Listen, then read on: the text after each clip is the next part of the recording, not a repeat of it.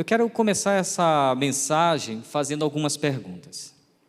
O que tem nos motivado a acordar a cada dia e seguir a nossa rotina? Será que é buscar ser profissionalmente bem-sucedido? Será que é poder dar um conforto maior para a família, mulher e filhos?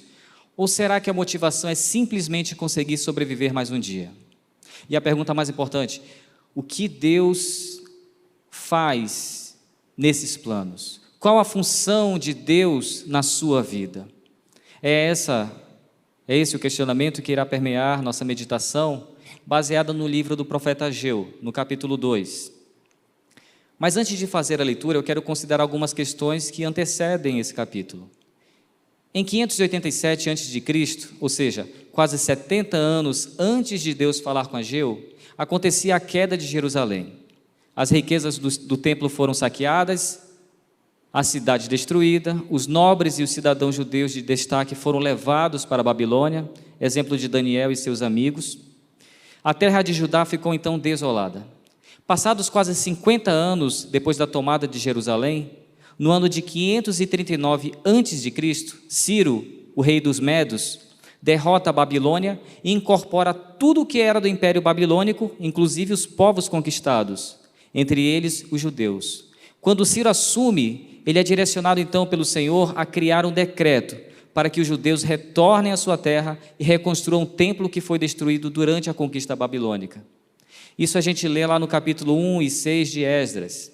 O povo então volta para Jerusalém, trazendo os utensílios do templo e várias ofertas que receberam. Quando os judeus chegam na sua terra e começam a levantar o templo, duas coisas acontecem. O primeiro acontecimento a gente vê em Esdras 3:11 e também no versículo 12. Enquanto parte do povo louvava a Deus, levantando os alicerces do templo, os sacerdotes, levitas e os mais antigos choravam, porque eles viam que o novo templo seria esteticamente inferior ao primeiro. Era um misto de felicidade e tristeza, de empolgação por um lado e de decepção por outro. O outro fato é que os povos vizinhos de Israel pediram para ajudar na reconstrução do templo. Isso também está lá em Esdras 4. Mas os judeus não deixaram. E por causa disso, esses povos começaram então a desanimar e a botar medo no povo ali de Jerusalém. A decepção dos mais velhos e a pressão dos povos vizinhos acabaram desanimando o povo de Israel na reconstrução do templo. Tanto é que durante 16 anos eles deixaram a obra de lado e foram viver suas vidas, foram montar suas casas. Foi quando Deus levantou Ageu para sacudir aquela gente a retomar a obra de reconstrução do templo. E assim eles recomeçaram a missão. Dada essa introdução, vamos ler agora Ageu, capítulo 2, versículo de 1 a 9, o texto base dessa mensagem, que diz o seguinte: Então, em 17 de outubro, ou seja, os trabalhos começaram dia 21 de setembro, então já tinham passado 26 dias. O Senhor transmitiu outra mensagem por meio do profeta Ageu. Diga ao governador de Judá, Zorobabel, filho de Sealtiel, e ao sumo sacerdote Josué, filho de Josadaque, e ao remanescente do povo. No capítulo 1, Deus já havia falado com Ageu, e cerca de um mês depois de reiniciado as obras, o profeta recebeu uma nova mensagem do Senhor.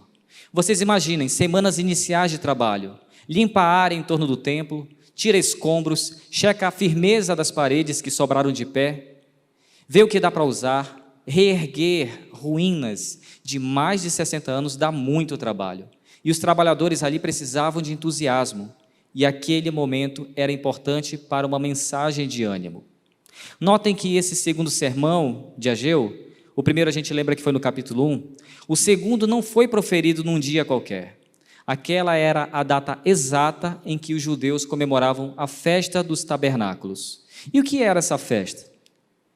Juntamente com a Páscoa e a festa das colheitas, também chamada de Pentecostes, a festa dos tabernáculos era uma das 3 festas mais importantes para o povo de Israel. Ela lembrava o tempo em que eles viveram no deserto depois de saírem do Egito. A festa dos tabernáculos durava uma semana, e nesse tempo as pessoas moravam em tendas, construídas com ramos e com galhos de árvores. Por ser bem pequeno e sem divisórias, era tipo uma barraca de acampamento mesmo. Essa tenda obrigava as pessoas, então, as famílias, a ficarem bem juntas. e talvez isso inspirasse elas a se manterem mais unidas nos outros dias do ano. Uma parte dessas festas, os tabernáculos, era consagrada para louvor e ação de graça. O toque das trombetas chamava o povo, que se juntava nas ruas para assistir os sacerdotes, que marchavam até o tanque de Siloé. E eles enchiam então as suas vasilhas de água e depois iam para o templo e derramavam ali no altar. De noite, o povo ele festejava com banquetes, eles cantavam e caminhavam pelas ruas segurando tochas. E essas tochas também eram usadas para serem colocadas a iluminar o átrio ali do templo. Mas o auge da festa dos tabernáculos acontecia no 7º dia e era chamado de a grande salvação. Era quando os sacerdotes então rodeavam o altar 7 vezes, recitando o Salmo 118. E foi exatamente nesse dia especial da festa dos tabernáculos, o 7º dia, que Ageu anunciou a mensagem de Deus ao povo, enquanto reconstruíam o templo. O versículo 3 diz assim: Algum de vocês se lembra deste templo em sua antiga glória? Como ele lhes parece agora, em comparação com o anterior? Deve parecer insignificante. Talvez alguns anciãos no meio do povo ainda viviam a nostalgia daquele tempo de pré-cativeiro. Talvez ainda estivessem vivos alguns daqueles que choraram naquela primeira tentativa de reconstrução anos atrás. Com certeza, havia preocupação do povo novamente se desanimar, de mudar de foco, de deixar de Deus de lado e a sua casa também. Era óbvio que o novo templo jamais seria como o primeiro da época de Salomão. A nação agora estava pobre e devastada. Não dava para concorrer com aquele edifício anterior. O problema é que os israelitas não deveriam supervalorizar a beleza e a imponência do templo. A verdadeira importância daquele monumento não estava em suas riquezas aparentes, nem na sua opulência. A própria glória de Israel não estava baseada no templo. A centralidade deveria estar em Deus. E por isso, por antever esse novo momento de desânimo, como aconteceu há 17 anos atrás, Deus sacode Israel através do profeta Ageu. Tira o foco do templo e se coloca como o centro. Ele, o Senhor. O versículo 4 diz o seguinte: Mas assim diz o Senhor: Seja forte, tenha coragem, Zorobabel. Seja forte, tenha coragem, sumo sacerdote Josué, filho de Josadaque. Sejam fortes, tenham coragem, todos vocês que restam na terra. Mãos à obra, pois eu estou com vocês, diz o Senhor dos Exércitos. Meu espírito habita, permanece, resiste em seu meio, como prometi quando vocês saíram do Egito, no tempo do deserto. Portanto, não tenham medo. Se Israel tivesse que lembrar de algo, em vez de lembrar simplesmente da estrutura do templo antigo, que lembrasse antes de Deus, do seu Deus sustentador, do Deus que se fez presente, que fortalece o fraco e que levanta o desanimado. O Deus que disse a Josué às portas da terra prometida: Eu nunca o deixarei, eu nunca o abandonarei, Josué. Seja forte e corajoso, porque você conduzirá esse povo. Não só Josué, mas o próprio povo ouviu Deus falar antes de entrar em Canaã. Sejam fortes e corajosos, não tenham medo, não se desanimem, pois o Senhor, o seu Deus, vai com vocês. Nunca os deixará, nunca os abandonará. Isso está lá em Deuteronômio 31:6 e também em Josué 10:25. Deus falou para aquela nação saída do Egito e que habitava em tendas no deserto. Deus também falou ao Israel do seu tempo, do tempo de Ageu, e assim como Deus atravessou as eras, fortalecendo Israel em períodos diferentes, o mesmo Deus, através de Cristo, nos encoraja a enfrentar as dificuldades deste mundo, não por nossas forças, mas porque Ele já venceu essa guerra, conforme João 16:33 nos diz. A sua presença constante nos traz confiança, afinal, Ele estará conosco até o fim dos tempos. Mateus 28:20. E hoje podemos viver essa verdade, porque o seu Espírito, o Paráclito de Deus, que nos conforta, que nos encoraja e anima, esse Espírito vive no meio de nós. Vamos seguir na leitura do verso 6, 7 e 8. Pois assim diz o Senhor dos Exércitos: Em pouco tempo sacudirei, abalarei novamente os céus e a terra, os mares e a terra seca. Sacudirei todas as nações, e os tesouros das nações virão para este templo. Encherei este lugar de glória, diz o Senhor dos Exércitos. A prata e o ouro me pertencem, diz o Senhor dos Exércitos. Em 9 versículos, nós vemos 5 vezes Ageu dizer que Deus é o Senhor dos Exércitos. Essa expressão não representa apenas um Deus guerreiro, mas também faz referência ao Senhor de toda a criação, a fonte de todo poder, aquele que domina terra e céus. E se tem alguém capaz de abalar o firmamento e de exercer o domínio sobre todos os povos, com certeza esse é o Senhor dos Exércitos. No período anterior, imediatamente também posterior a Ageu, o mundo passava por extremas mudanças. Nós vemos o nascimento e a queda de grandes nações, grandes impérios mundiais.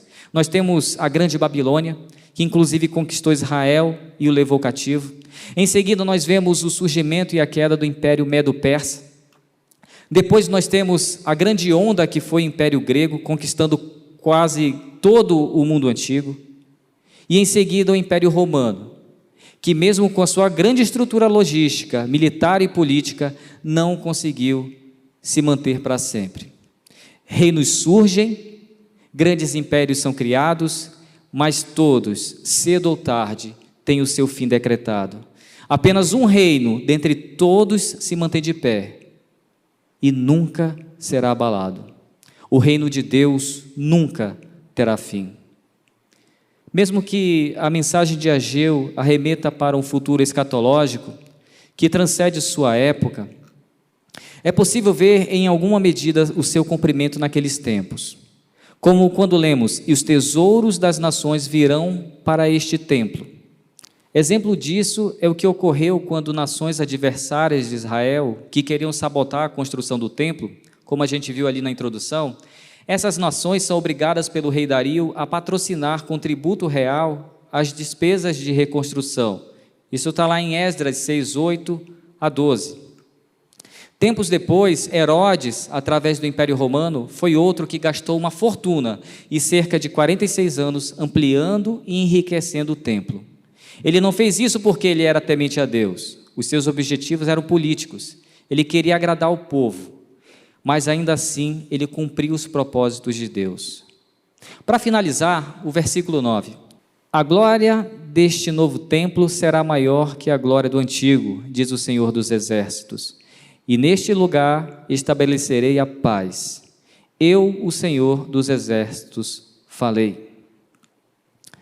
O investimento feito por Herodes no templo, séculos após Ageu, transformou aquela construção numa obra suntuosa, esteticamente linda.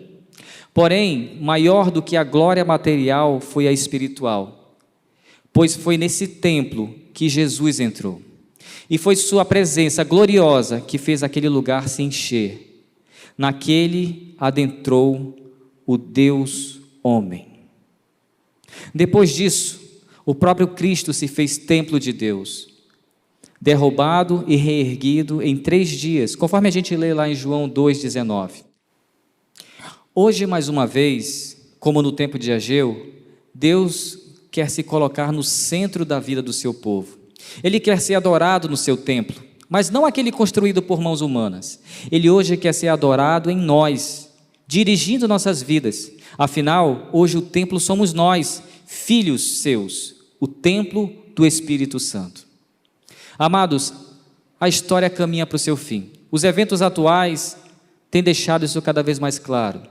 O reino universal de Deus está próximo e vai ser algo tão grandioso que sequer podemos dimensionar. Mas saber que esse reino vem e que lá estaremos não anula o fato de que hoje, agora, já podemos experimentar parte desse cumprimento em nossas vidas. Assim como ocorreu com Ageu e o remanescente de Israel ao cumprir a vontade de Deus em sua época. O Senhor os abençoou e do mesmo modo Deus quer te abençoar. E não é com pouca coisa. Ele quer conceder o maior dos presentes que podemos ter nessa vida, ou então até mesmo na próxima vida. Ele quer ter um relacionamento profundo com aqueles que o amam, com os que amam o Senhor.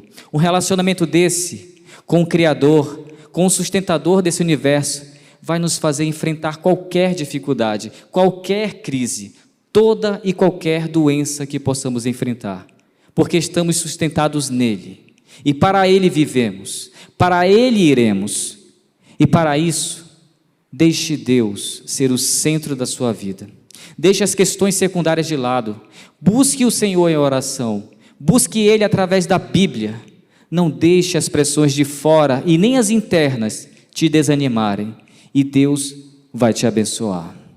Vamos orar? Pai grandioso, te agradeço, Senhor, por esse momento com meus irmãos e com aqueles que estão aqui junto conosco nesse culto virtual. Abençoa, Senhor, a vida de cada um. Para aqueles que já têm um encontro real contigo, Senhor Deus, trabalha suas vidas, reanima, Senhor Deus, aquele que está enfraquecido, levanta, Pai, aquele que está abatido, Senhor, e que Tua palavra possa fazer efeito em seus corações. Com aqueles que ainda não te conhecem, ó Pai, que eles possam receber esse presente que é a salvação de Cristo Jesus, que é esse relacionamento real contigo. Maior presente e bênção não há, Senhor, e que seja feita a Tua vontade na vida dessas pessoas e na vida da Tua igreja. É assim que eu te peço e desde já te agradeço, Senhor, pela Tua graça e misericórdia sobre nós. Em nome de Jesus. Amém.